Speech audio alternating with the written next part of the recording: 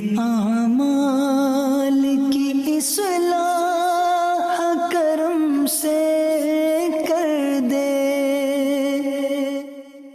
الحمدللہ رب العالمین والصلاة والسلام علی سید المرسلین، اما بعد فاعوذ باللہ من الشیطان الرجیم، بسم اللہ الرحمن الرحیم۔ پڑھیے الصلاۃ والسلام علیک یا رسول اللہ وعلی آلک واصحابک یا حبیب اللہ۔ الصلاۃ والسلام علیک یا نبی اللہ وعلی آلک واصحابک یا حبیب اللہ۔ درود پاک پڑھنے کے بے شمار فضائل و برکات ہیں۔ سرور کائنات صلی اللہ تعالی علیہ وسلم کا فرمان عالی شان ہے، زینوا مجالسکم بالصلاۃ علیہ، اپنی مجالس کو مجھ پر درود پڑھ کر آراستہ کرو، فَإِنَّ صَلَاتَكُمْ عَلَيَّ نُورٌ لَكُمْ يَوْمَ الْقِيَامَةِ، مجھ پر تمہارا درود پڑھنا تمہارے لیے قیامت کے دن نور ہوگا۔ صلو علی الحبیب صلی اللہ تعالی علی محمد صلی اللہ علیہ وسلم۔ قرآن مجید فرقان حمید میں جا بجا ایسی پیاری پیاری باتیں اور اتنے خوبصورت یوں سمجھیے احکامات ہیں، مدنی پھول ہیں کہ انسان پڑھے تو ایمان تازہ ہو جاتا ہے۔ قرآن مجید فرقان حمید میں سورہ طٰہٰ میں رب کریم بڑی خوبصورت بات ارشاد فرماتا ہے، اپنے نبی علیہ السلام کی تسلی کے لیے دل پر غم اور رنج کی کیفیت تھی، کیونکہ نبی پاک علیہ السلام کی بات کفار نہیں مان رہے تھے، ایمان نہیں لاتے تھے، بہت تکلیفیں پہنچاتے تھے۔ تو اللہ کریم نے سورہ طٰہٰ کی آیت نمبر 9 میں ارشاد فرمایا، وَهَلْ أَتَاكَ حَدِيثُ مُوسَىٰ، اور کیا تمہارے پاس موسیٰ کی خبر آئی؟ اس کی تفسیر میں علماء نے لکھا کہ پیارے آقا علیہ السلام کو یہ یاد دلایا جا رہا ہے کہ آپ کو جو تکلیفیں پہنچ رہی ہیں، حضرت موسیٰ بھی کلیم اللہ تھے، انہیں بھی اللہ کی راہ میں بڑی تکلیفیں اٹھانا پڑی۔ آپ کا ایک واقعہ علماء بیان کرتے ہیں حضرت موسیٰ علیہ السلام کا، کہ آپ حضرت شعیب علیہ السلام سے اجازت لے کر مدین سے مصر کے لیے روانہ ہوئے اپنی والدہ سے ملنے۔ راستے میں دشمنوں کا خوف تھا تو پراپر راستے کو چھوڑ کر جنگل کے راستے سے آپ نے سفر اختیار کیا۔ راستے میں سردی بہت تھی، سنو فالنگ، برف باری ہو رہی تھی۔ آپ کی جو زوجہ تھی، آپ کی جو وائف تھی، وہ پریگننٹ تھی۔ اچانک آپ کی زوجہ کو پریگننٹ کا جو پریگننسی کا پین ہوتا ہے، درد ہوتا ہے، وہ اٹھ پڑا۔ جنگل بیابان، سردی کی رات، برف باری، اور زوجہ اس تکلیف میں، دشمن کا خوف الگ۔ اتنی ٹینشن میں آپ تھے کہ دور سے حضرت موسیٰ علیہ السلام کو آگ نظر آئی۔ آج جو ہے ہمیں سردی لگتی ہے تو ہم کمبل اوڑھ لیتے ہیں، جیکٹ پہن لیتے ہیں، ہیٹر لگا لیتے ہیں، وہ زمانہ تو ایسا نہیں تھا۔ آگ بہت بڑی نعمت تھی۔ اب آپ نے اپنی زوجہ سے کہا کہ آپ ادھر ہی ٹھہرے، مجھے دور سے آگ نظر آ رہی ہے، میں جا کر آگ لے کر آتا ہوں، یا تو آگ مل جائے گی یا وہاں کوئی بندہ ہوگا تو اس سے راستہ پوچھ لوں گا۔ جو آپ نے اپنی زوجہ سے کہا، قرآن نے اس کو بھی بیان کیا۔ اللہ قرآن میں فرماتا ہے، اذ رأى نارا فقال لأهلهم كثوا انی آنست نارا لعلی آتیکم منها بقبس او اجد علی النار ہدا۔ ترجمہ، جب اس نے ایک آگ دیکھی تو اپنی اہلیہ سے فرمایا، ٹھہرو، وہ بے شک میں نے ایک آگ دیکھی ہے، شاید میں تمہارے پاس اس میں سے کوئی چنگاری لے آؤں یا آگ کے پاس کوئی راستہ بتانے والا ہو۔ اب یہاں دیکھیں، قرآن بار بار جو علماء کہتے ہیں نا، قرآن پڑھیں، قرآن سمجھیں، قرآن سے اتنی مسکنسیپشنز دور ہو جاتی ہیں، اتنے مسائل حل ہو جاتے ہیں۔ بات حضرت موسیٰ علیہ السلام کی ہو رہی ہے، مگر اس آیت سے علماء نے ایک بہت ہی زبردست مسئلہ بیان فرمایا۔ ایک مسکنسیپشن کریٹ کی جاتی ہے کہ نبی پاک علیہ السلام کے اہل بیت میں میرے آقا کی اہل بیت میں ازواج مطہرات شامل ہیں کہ نہیں؟ یعنی جو ہماری امہات المومنین ہیں ان کے بارے میں یہ وسوسہ کریٹ کیا جاتا ہے کہ وہ اہل بیت میں شامل نہیں ہیں۔ اللہ اکبر۔ مفسرین کرام نے قرآن کی اس آیت سے ثابت کیا کہ بیوی جو ہے وہ اہل میں داخل ہے، کیونکہ حضرت موسیٰ نے جو اپنی زوجہ سے بات کی وہاں لفظ کیا قرآن میں آیا؟ اذ رآ نارا فقال لأہلہ، اس نے اپنے اہل یعنی اپنی بیوی سے بات کی۔ اللہ اسے قرآن میں بیان فرما رہا ہے، تو نبی پاک کی جتنی ازواج مطہرات ہیں یہ سب اہل بیت میں شامل ہیں۔ یہ ہے قرآن کا نور، آپ پڑھتے جائیں تو پرت پرت آپ کے اوپر نالج کے، علم کے دروازے کھلتے ہیں۔ اب ذرا دیکھیے، یہ جب میں واقعہ تفسیر قرآن میں پڑھ رہا تھا، میں اس کو کیوں آج بیان میں شامل کیا یہ بھی آپ کو بتاؤں گا۔ میں جب پڑھ رہا تھا تو یقین کریں جی نہیں چاہ رہا تھا کہ قرآن کو بند کیا جائے، اگلی آیت پڑھوں آگے کیا بیان ہوا، اگلی آیت پڑھوں آگے کیا بیان ہوا۔ آپ ذرا سنیے گا، اب وہ تلاش کرنے آگ گئے تھے مگر ان کو نظر کیا آیا، انہوں نے دیکھا کیا؟ اب دیکھیے گا حضرت موسیٰ کی قسمت۔ اب قرآن کیا کہتا ہے؟ فَلَمَّا أَتَاهَا نُودِيَ يَا مُوسَىٰ، پھر جب آگ کے پاس آیا، حضرت موسیٰ آگ کے پاس آئے تو انہیں ندا فرمائی گئی، انہیں آواز لگائی گئی، انی انا ربک فاخلع نعلیک انک بالوادی المقدس طویٰ، فرمایا گیا بے شک میں تیرا رب ہوں تو تو اپنے جوتے اتار دے، بے شک تو پاک وادی طویٰ میں ہے۔ آپ تو آگے گئے تو آپ کو ایک روشن درخت نظر آیا، چمکتا ہوا درخت، اس پر انوار و تجلیات کی بارش ہو رہی تھی۔ حضرت موسیٰ اس درخت کے قریب جاتے وہ درخت دور ہو جاتا، اب رک جاتے درخت قریب آ جاتا، اب جتنا قریب جاتے درخت دور ہو جاتا، اور پھر اس درخت سے آواز آئی کہ اے موسیٰ میں تیرا رب ہوں۔ اللہ کریم نے حضرت موسیٰ سے اس مقام پر کلام فرمایا، اور یہ گویا اللہ کریم کی طرف سے بلاوا تھا آپ کو، آپ اس آگ کی طرف گئے، اور اب کیا فرمایا گیا؟ اے موسیٰ اپنے چپل اتار دے، بے شک تو مقدس وادی طویٰ میں ہے۔ آپ ایسی جگہ پہنچ گئے جہاں رب سے ہم کلام ہو رہے ہیں۔ اللہ اکبر۔ اب یہاں بھی بہت پیاری پیاری باتیں سیکھنے کو ملی ہیں۔ کیا کہا گیا؟ جوتے اتار دے۔ علماء نے، مفسرین نے اس کی وجہ بیان کی کہ اس کی وجہ کیا تھی۔ فرمایا کہ اللہ کی بارگاہ میں، اچھی بارگاہ میں، پاک جگہوں پر جوتوں کو اتار دینا چاہیے، یہ انبیاء کا طریقہ ہے۔ ایک وجہ یہ بھی تھی کہ اس مقدس وادی طویٰ کی مٹی جو ہے وہ حضرت موسیٰ علیہ السلام کے قدموں سے مس ہو جائے، حضرت موسیٰ کو اس جگہ کی برکتیں نصیب ہو جائیں۔ سبحان اللہ۔ اب علماء نے کتنا پیارا قرآن سے استنباط کیا، قرآن سے ہمیں سمجھایا کہ اللہ کی بارگاہ میں جب بھی دعا کریں چپل اتار لینا چاہیے۔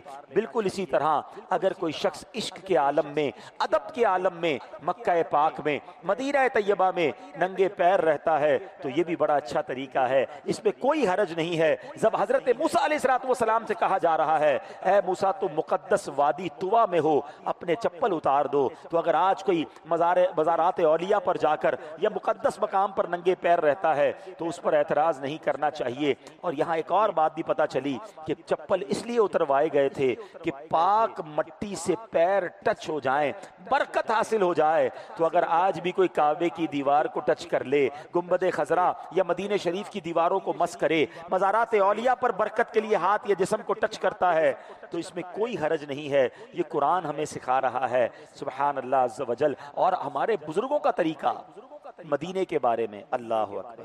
حضرت امام مالک کروڑوں مالکیوں کے پیشوا ہیں، جانتے ہیں امام مالک کو؟ 4 فقہ ہیں، حنفی، حنبلی، شافعی اور مالکی۔ امام مالک کروڑوں مالکیوں کے پیشوا ہیں۔ آپ پوری زندگی مدینے میں رہے اور زندگی بھر آپ نے مدینے میں چپل نہیں پہنے، زندگی کا اکثر حصہ مدینے میں گزرا، ننگے پیر رہے، اور اس کے بعد آپ جو ہے رفع حاجت کے لیے، واش روم جانے کے لیے مدینے کی حدود سے باہر جاتے تھے۔ ایک بار امام شافعی آپ کے پاس آئے رضی اللہ تعالیٰ عنہ، انہوں نے دیکھا کہ امام مالک کے گھر کے باہر بہت خوبصورت گھوڑے بندھے ہوئے ہیں، بہت قیمتی گھوڑے ہیں۔ کہا اے امام مالک کتنے پیارے تمہارے پاس گھوڑے ہیں، کتنے زبردست سواریاں ہیں۔ امام مالک کہتے ہیں سارے گھوڑے تم لے جاؤ۔ امام شافعی سے فرمایا کہ آپ لے جائیں۔ کہا حضرت ایک تو رکھ لے اپنے پاس. کا مسئلہ یہ ہے میرا دل گوارا نہیں کرتا کہ اس زمین پر میں گھوڑے پر سواری کروں اور میرا گھوڑا اپنے خروں سے اس زمین کو روندے جس زمین کے اندر میرے آقا علیہ الصلوۃ والسلام رب کے حبیب آرام فرما. اب یہاں میں ایک اور نقطہ پیش کر دوں. لوگ کہتے ہیں یہ کہاں لکھا ہے, اس کو کوئی ایویڈنس لے کر آؤ.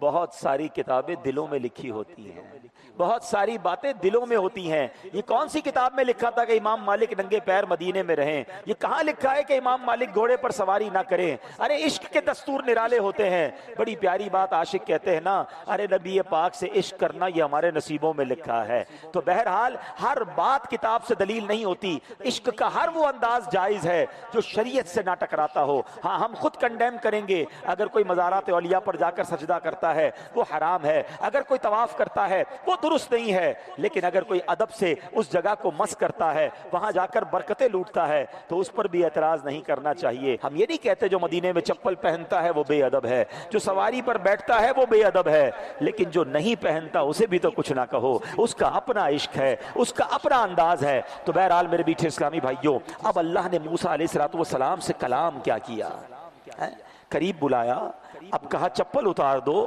اور اب کلام کیا ہوتا ہے. سبحان اللہ. اللہ فرماتا ہے آگے ایک آیت کے بعد, اننی انا اللہ لا الہ الا انا فاعبدنی واقم الصلاۃ لذکری. اللہ فرماتا ہے بے شک میں ہی اللہ ہوں, میرے سوا کوئی معبود نہیں, تو میری عبادت کرو اور میری یاد کے لیے نماز قائم رکھ. ایمان لانے کے بعد جو سب سے اہم فریضہ ہے وہ نماز ہے. سب سے پہلا فرض نماز قرار دیا گیا. مگر آج بہت سارے لوگ ایسے ہیں جو فقط رمضان میں نماز پڑھتے ہیں یا پھر جمعے کی نماز پڑھتے ہیں. ایسا نہ کیا کریں. یہ جو لوگ مسجد میں نہیں آتے نا, جمعے کو آتے ہیں, کہتے ہیں میں تو صرف جمعے کو جاتا ہوں. ارے تمہاری کیا اوقات کہ تم یہ کہو کہ میں نہیں آتا, تمہیں بلایا نہیں جاتا. جو مسجد میں نہیں آتا نا وہ توبہ کرے کہ اسے اللہ اپنے گھر میں نہیں بلا رہا.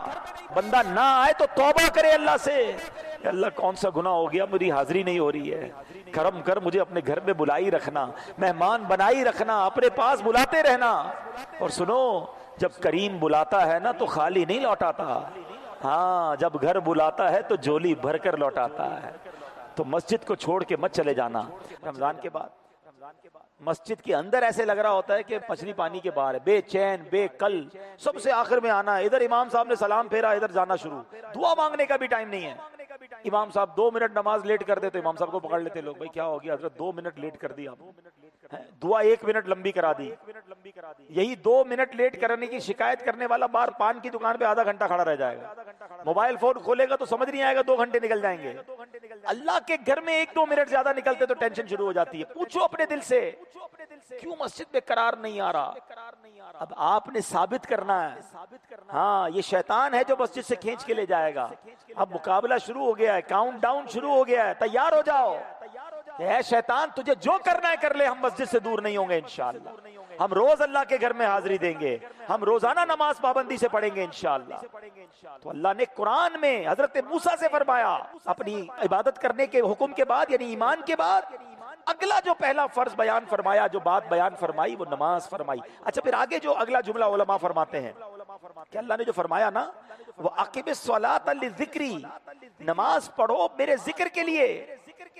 اب یہاں بھی بڑی کمال کی بات علماء فرماتے ہیں کہ یہاں یہ جو جملہ ہے نا ذکری, اس میں یہ بتایا گیا کہ لوگوں کو دکھانے کے لیے نہیں, ہاں نماز پڑھنی اللہ کے لیے. یہاں یہ بھی بڑا مسئلہ ہے. پہلے تو شیطان کرنے نہیں دیتا ہمیں نیکی, کر لیں تو بچانے نہیں دیتا. اب دکھلاوا بناوٹ. یاد رکھیے گا ایک حدیث آپ سب کو یاد ہوگی, انما الاعمال بالنیات, یاد ہے نا. اعمال کا دار و مدار نیتوں پر ہے. آپ کو پتہ ہے یہ نیت کتنی خطرناک چیز ہے, اچھی بھی ہے اور خطرناک کیسی ہے. 2 بندے ساتھ نماز پڑھ رہے ہیں, کاندھے سے کاندھا ملا ہوا ہے. ایک کی نماز اسے جنت میں لے جا رہی ہے اور برابر والے کی نماز اسے دوزخ میں لے جا رہی ہے. نماز ہی دوزخ میں لے جا رہی ہے. یہ کیسے پاسبل ہے؟ یہی فرق ہے نیت کا, good intention and bad intention. اچھی نیت اور بری نیت. اچھی نیت کیا ہے؟ اللہ کا حکم ہے اس لیے نماز پڑھ رہا ہوں، میرے مالک کی بندگی کر رہا ہوں، اللہ کی رضا کے لیے پڑھ رہا ہوں، مجھ پر فرض ہے اس لیے پڑھ رہا ہوں، انشاءاللہ ان نیتوں کے ساتھ جو نماز پڑھ رہا ہے وہ نماز اسے جنت پہ لے جا رہی ہے۔ کوئی اس لیے پڑھ رہا ہے کہ یار وہ فلاں حاجی صاحب دیکھ رہے ہیں، ذرا دیکھیں گے تو بعد میں مجھے کہیں گے کہ یار پکا نمازی ہے، تھوڑا سا قرضہ مل جائے گا، تھوڑی مدد مل جائے گی۔ ہیں کچھ لوگ ہوتے ہیں جو گھر میں نماز پڑھیں تو اتنی اسپیڈ میں پڑھیں کہ بندہ گن نہیں سکتا رکعتیں ان کی، دھڑا دھڑ 2-4 منٹ میں تو ساری نماز پوری ہو جاتی ہے، اور مسجد میں آئے تو لمبی لمبی نماز، سب کے سامنے لمبی نماز، اکیلے میں شارٹ۔ دل سے پوچھو کہ یہاں جو آ کر نماز لمبی ہو گئی، دعا لمبی ہو گئی، سجدے لمبے ہو گئے، تلاوت لمبی ہو گئی، اگر اس میں یہ نیت شامل ہے کہ لوگوں کو پتا چلے کہ ماں بدولت کتنے بڑے نمازی ہیں، یہاں صلاۃ التسبیح نہیں چھوڑنی، گھر میں نفل نہیں پڑھنے، فرق دیکھیں، اپنے آپ سے پوچھیں، اگر کے ساتھ ٹیگ کر رہا ہوں یہ سب اس لیے ہے کہ لوگوں کو پتا چلے میں کیسا ہوں، تو پھر تو یہ نماز اللہ کے لیے نہ ہوئی نا۔ اس کو ریاکاری کو انگریزی میں کہا جاتا ہے آسٹنٹیشن، بناوٹ، دکھلاوا، اس کے بارے میں علماء نے یہاں تک لکھا کہ یہ شرک اصغر ہے۔ شرک اصغر کا مطلب یعنی چھوٹا شرک ہے۔ اس کی وجہ کیا ہے کہ جب بندہ اللہ کی عبادت کسی اور کو دکھانے کے لیے کرے، واہ واہ کے لیے کرے، تو یہ اللہ کے لیے تو نہ ہوئی نا۔ تو یہ غور کرنا ہے، اپنی نیکیوں کو بچانا ہے۔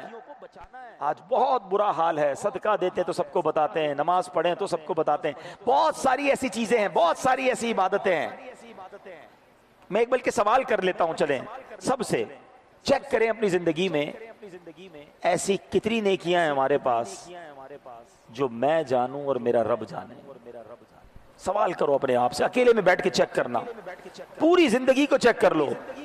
کوئی ایک نیکی ہے، کوئی 2 نیکیاں ہیں، کوئی 10 نیکیاں ہیں جو کسی کو نہیں پتا دنیا میں، بس میں جانوں اور رب جانے۔ ہمیں تو نیکی کرنے کے بعد پیٹ میں درد شروع ہو جاتا ہے، یار کسی طرح بتاؤں تو صحیح میں نے آج کتنے درود پڑھے ہیں، کہ کچھ نہیں تو تسبیح کا رخ ادھر کر دیں گے تاکہ نظر پڑ جائے کہ بھائی 5200 بار درود پاک ہو گیا ہے حضرت کا۔ ارے ماشاءاللہ ماشاءاللہ۔ خود سوچیں اپنے دل سے، یعنی ہم اکیلے میں بھی کوئی نیکی کریں نا تو جی چاہتا ہے کسی طرح بتائے۔ اب مثال کے طور پہ کسی نے تہجد کی نماز پڑھی ہے، اب جب سے پڑھی ہے جب سے ٹینشن ہے، یار دیکھا ہی نہیں کسی نے، میں تو اکیلا پڑھ کے آیا ہوں، اب بتاؤں کیسے؟ کوئی تو طریقہ ڈھونڈوں جس سے سامنے والے کو پتا چل جائے کہ میں نے تہجد پڑھی ہے۔ تب کبھی کبھی کیا بہانہ کرتے ہیں لوگ، یار آج بہت تھکا ہوا ہوں۔ اچھا خیریت تو ہے، کیوں تھکے ہوئے؟ بس وہ تہجد سے اٹھ گیا تھا نا۔ اچھا ماشاءاللہ آپ تہجد بھی پڑھتے ہیں؟ بس اس نے یہ کہا آپ تہجد پڑھتے ہیں، ادھر دل میں ٹھنڈک پہ گئی، وہ پنجابی میں کہتے دل وچ ٹھار پہ گئی ہے۔ وہ واٹس ایپ پہ نہیں ہوتا، ہمارا میسج ریسیو ہوتا تو بلو ڈبل ٹک ہو جاتا ہے، تو ہم کو لگتا ہے میری تہجد اس کو ریسیوڈ ہو گئی ہے۔ بس انا للہ و انا الیہ راجعون۔ پتہ ہے اگر یہ نیت یہ تھی نا کہ اس کو تہجد پتہ چل جائے تو اس کو ریسیوڈ ہو گئی، تمہاری ڈیلیٹ بھی ہو گئی۔ یہ سمجھو بات کو۔ علماء فرماتے ہیں کہ نیکیوں کو، اخلاص کی ڈیفینیشن یہ بیان کی کتابوں میں کہ نیکیوں کو اس طرح چھپائیں جیسے بندہ اپنے گناہوں کو چھپاتا ہے۔ بتائیے ہم چاہتے ہیں ہمارے گناہ کسی کو پتہ چلیں؟ نیکیوں تو ڈھونڈ ڈھونڈ کے بتائیں گے، ہم تو ملتے رہتے ہیں نا لوگوں سے، ہم جہاں گئے بیٹھے بغیر کسی موضوع کے حاجی صاحب شروع ہو گئے، الحمدللہ میں رجب شعبان رمضان 3 مہینے کے روزے رکھتا ہوں، اللہ نے بڑا کرم کیا ہے، تہجد کا بھی بڑا اہتمام ہوتا ہے، الحمدللہ 2005 سے ہر سال عمرے پہ جاتے ہیں، 2012 میں حج میں بھی کیا گیا تھا، وہ ہمارے علاقے میں جو مسجد بنی تھی اس کی چھت بھی ہم نے ڈلوائی ہے۔ بندہ بولے آئی صاحب کس نے پوچھا ہے آپ کیا کیا نیکیاں کرتے ہیں؟ 15 سال پرانی نیکیاں گنوا دی ساری 15 منٹ کے اندر۔ ارے آج صبح آپ نے جھوٹ بولا تھا یہ یاد ہے؟ آپ کو 10 سال پرانا حج یاد ہے؟ تھوڑی دیر پہلے موبائل اٹھایا تھا اور اس موبائل نے آپ کو ایک حرام کام کروا دیا، حرام دکھا دیا، وہ یاد ہے؟ اس کی توبہ کر لی؟ نیکیاں یاد ہیں اور گنوانی ہیں، بار بار گنوانی ہیں۔ ایسا نہ کرو، یہ شیطان کے وار کو سمجھو۔ قرآن کی یہ آیت ہمیں بتا رہی ہے کہ عبادت کرنی ہے اللہ کے لیے، مگر یہاں پہلے کہتے تھے نیکی کر دریا میں ڈال، اب نیکی کر فیس بک پہ ڈال۔ ہر بندے کے پاس جناب اپنا اکاؤنٹ بنا ہوا، ادھر تصویر شیئر، ہمارا تو بس نہیں چلتا اپنا موبائل آگے رکھ کے نماز بھی لائیو کرتے رہے کہ دیکھو کتنے سجدے کیے میں نے، کتنا لمبا سجدہ کیا ہے، کعبے کو پیٹ کر کے تصویریں کھنچوا رہے ہوتے ہیں۔ اب خود سوچیں، دیکھیں اچھا اب شیطان اتنا مردود ہے کہ جو میں یہ باتیں کر رہا ہوں نا، تو اس میں بھی شیطان ہمیں اپنے بارے میں نہیں سوچنے دے رہا ہوگا، ہمیں کوئی اور یاد آ رہا ہوگا۔ یہ مولانا صاحب بالکل صحیح کہہ رہے ہیں. وہ ہمارے حاجی صاحب ہے نا, جب بھی چندہ دیتے ہیں مسجد میں اعلان بھی کرواتے ہیں, تصویریں بھی لگاتے ہیں. ارے اللہ کے بندوں, میں کسی کے لیے نہیں کر رہا بیان, میں آپ کے لیے اور اپنے لیے کر رہا ہوں. لیفٹ رائٹ کسی کو نہیں دیکھو, کیونکہ ہمارے پاس we have no parameter to جج اینی بڈی. میں اور آپ کے پاس کوئی ایسا پیمانہ نہیں کہ ہم کسی اور کو جج کرنے کے دکھاوے کے لیے کر رہا ہے. وہ جانے, اس کا عمل جانے. انما الاعمال بالنیات, ابھی تو حدیث بیان کی ہے. ہو سکتا ہے کوئی اس لیے اعلان کرتا ہو کہ مجھے دیکھ کے باقی لوگ بھی چندہ دیں, مجھے دیکھ کر باقی لوگ بھی عبادت کریں. اس کی نیت اسے پتا ہے.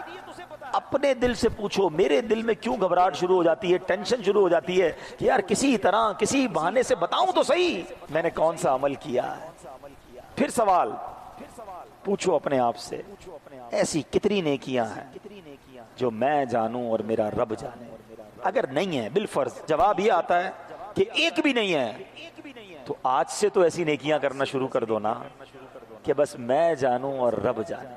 ایک بار فرشتوں میں ایک بحث شروع ہو گئی کہ اللہ کی سب سے طاقتور پاورفل مخلوق کون سی ہے. تو ایک فرشتے نے کہا کہ پہاڑ, ماؤنٹینز. پہاڑ تو اللہ نے زمین کو ساکت کرنے کے لیے, زمین کو مضبوط کرنے کے لیے میخوں کی طرح گاڑے ہیں نا, تو پہاڑ بڑے مضبوط ہیں. ایک فرشتے نے کہا نہیں, لوہا. لوہا تو پہاڑ کو بھی کاٹ دیتا ہے. تیسرے نے کہا نہیں, آگ. آگ تو لوہے کو بھی پگھلا دیتی ہے. چوتھے نے کہا پانی. پانی تو آگ کو بھی بجھا دیتا ہے. اگلے نے کہا ہوا. ہوا تو پانی کو بھی بہا کے لے جاتی ہے. Confusion, debate. اب فرشتوں نے کہا اللہ سے ہی پوچھتے ہیں, یا اللہ تو ہی بتا دے, تیری سب سے پاورفل طاقتور مخلوق کون سی ہے؟ سنو رب کی طرف سے کیا ارشاد ہوتا ہے. فرمایا میرا وہ بندہ جو دائیں ہاتھ سے صدقہ کرے اس کے بائیں ہاتھ کو پتہ نہ چلے, وہ میرا سب سے پاورفل بندہ ہے, وہ سب سے طاقتور مخلوق ہے. اس کا مطلب پتہ ہے کیا, وہ یہ ہے بڑا مشکل. اگر آسان ہوتا تو اتنا بڑا تھوڑی ٹیگ مل جاتا. ہاں, ادھر چندہ دیا, ادھر ٹینشن شروع. کچھ تو بتا, کچھ تو دعا خاص والی. امام صاحب میں نے پنکھے لگائے, ہم نے افطاری کا انتظام کروایا, ذرا نام لے کر اچھی والی دعا کرانی ہے. سوچ لو, اگر یہ اس لیے ہے, امام صاحب اگر یہ بھی دعا کرا دے کہ یا اللہ جس نے افطاری کروائی ہے اس کو جنت کی افطاری عطا فرما دے, جنت کے میوہ عطا فرما دے, تو دعا مل گئی نا تمہیں. یار امام صاحب نام نہیں لیا آپ نے. اب خود سوچے, یہ نام لے کر, اللہ کو نام نہیں پتا تھا, اللہ کو پتا تھا, نمازیوں کو نہیں پتا تھا نا. سب کو پتا کیسے چلے گا کہ میں نے افطاری اتنے خرچہ کیا, آپ نے نام ہی نہیں لیا. ناراض ہوتے ہیں آ کر. ہاں ناراض. ٹھیک ہے, ہماری اس مسجد میں شاید نہ ہو ایسا انتظام, ورنہ میں کیا بتاؤں, کئی ملکوں میں تو مجھے اچھی طرح یاد ہے. یو کے میں ہم گئے تو وہاں جمعے کی نماز سے پہلے آخری 5 منٹ نارمل مسجدوں میں ایک اہتمام ہوتا ہے. حالانکہ لوگ آتے ہی آخری 5 منٹ میں, یہ تو ٹائم ہوتا ہے بیان کرنے کا, کوئی اچھا پیغام دینے کا, کوئی دین کی بات بتانے کا. اب امام صاحب بیچارے مجبور ہیں, ان کو اتنی لمبی لسٹ ملے گی, وہ 5 منٹ پہلے کھڑے ہو جائیں گے. فلاں حاجی صاحب نے 5 پاؤنڈ دیے ہیں, فلاں نے 10 پاؤنڈ دیے ہیں, فلاں نے 4 پاؤنڈ دیے ہیں, فلاں نے 12 پاؤنڈ. اب اتنی لمبی لسٹ وہ پڑھیں گے. میں تو ایک بار امام صاحب کو کہا, میں نے کہا یہ آپ کیا کرتے ہیں, یہ آخری 5 منٹ تو بیان کرنے کے. کہا کیا کریں حضرت, جس کا لسٹ میں نام نہیں لیتے اگلے جمعے پیسے ہی نہیں دیتا ہے. اب اپنے دل سے پوچھیں, یہ نہ کریں اللہ کی رضا کے لیے. میں جانوں میرا رب, یہ جملہ یاد کر لو آج. ایسی نیکی کرنی ہے کہ میں جانوں میرا رب جانے. اس کا مزہ بھی اور ہے. وہ حدیث پاک ہے نا کہ جن کو اللہ کے عرش کا سایہ نصیب ہوگا, جن خوش نصیبوں کو, ان میں ایک خوش نصیب ایسا بھی ہوگا. 7 قسم کی کیٹیگریز ہیں, کبھی موقع ملا تو وہ بیان بھی کریں گے. 7 قسم کی کیٹیگریز ہیں, اس میں ایک قسم کا بندہ وہ ہے کہ جو اکیلے میں رب کو یاد کرے اور اس کی آنکھوں سے آنسو بہنے کی. ہم اجتماع میں, محفلوں میں تو رو پڑتے ہیں, نعت میں بھی آنکھوں میں آنسو آ جاتے ہیں. کبھی اکیلے میں اللہ کو یاد کر کے آنسو بہائے.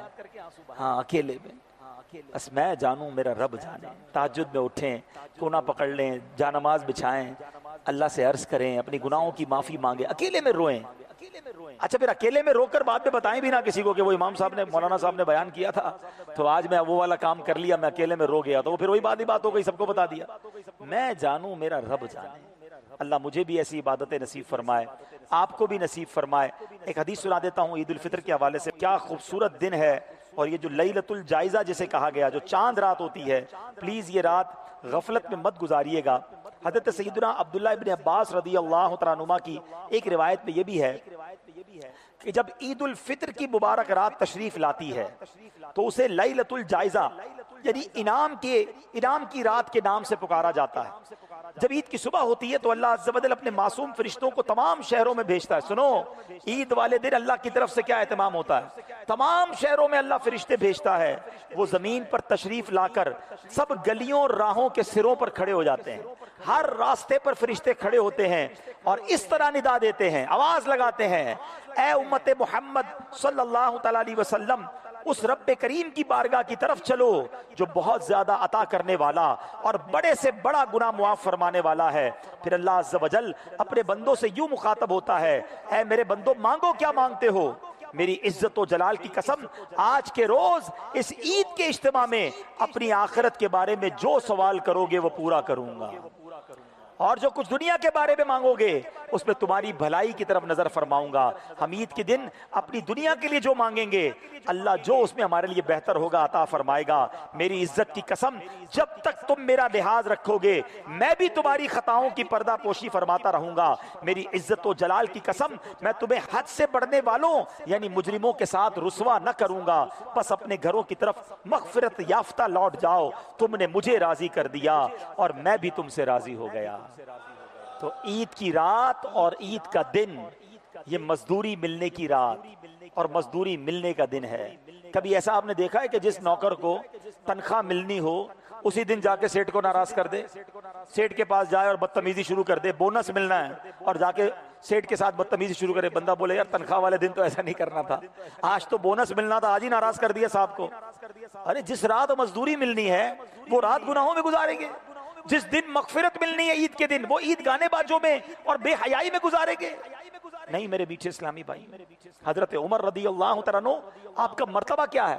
آپ کے بارے میں آتا ہے کہ حضرت عمر کے بارے میں نبی پاک علیہ الصلوۃ والسلام فرماتے ہیں کہ میرے بعد کوئی نبی ہوتا تو عمر ہوتا، مگر وہ عمر جب ان کے گھر پہ لوگ عید والے دن جا کر دروازہ کھٹکھٹاتے ہیں، آپ دروازہ کھولتے ہیں، آنکھوں میں آنسو ہیں، لوگ کہتے ہیں عمر عید کا دن اور آنکھوں میں آنسو کیسے؟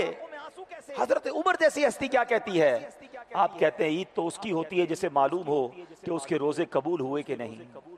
عمر نہیں جانتا کہ اس کے روزے قبول ہوئے کہ نہیں، حضرت عمر یہ کہہ رہے ہیں۔